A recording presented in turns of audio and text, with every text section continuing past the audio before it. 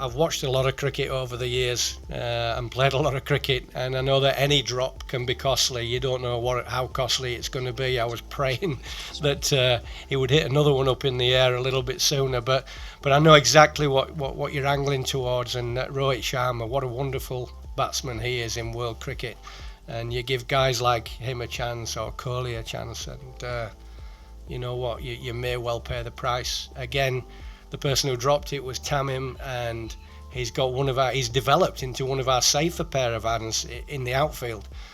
So it was a little bit of a surprise, but he's human, and we're all human. I've dropped lots of catches in my life. I think everybody who's played the game has dropped catches, but sometimes they can be very, very costly, and that one proves to be.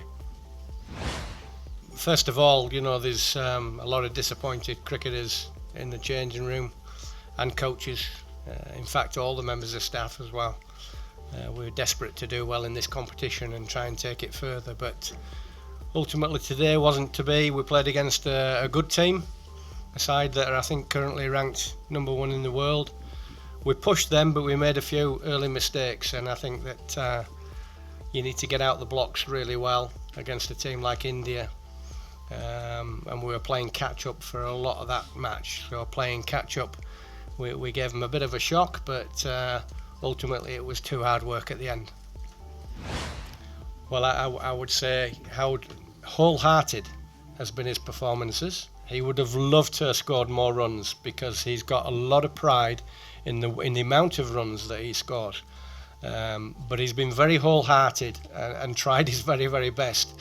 Sometimes it's not to be. You know, he played some great shots today. I thought today was going to be the day.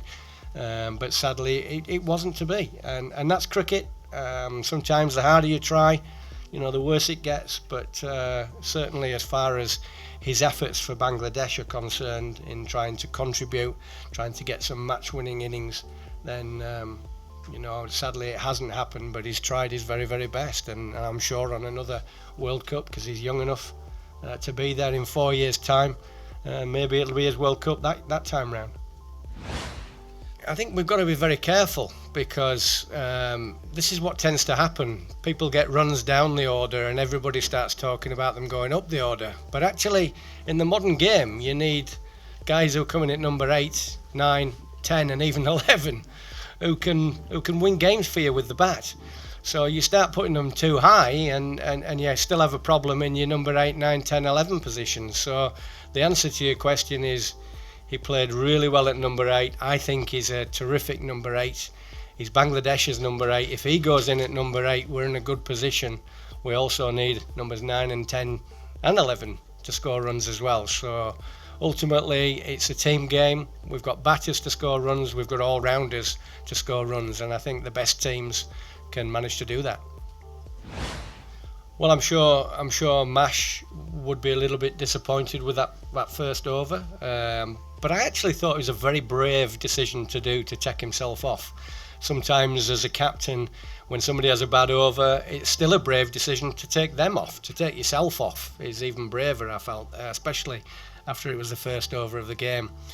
But he did come back, and he did come back better. So he did show that he was clawing his economy rate back. You know, Mash is a very proud person, and I'm sure Mash will look at his performances so far and wish they were a little bit better. But having said that, and it's important that you do quote this second part as well, is that he's tried his hardest all the way through. The one thing about Mash is that he tries every single ball. He doesn't know any other way.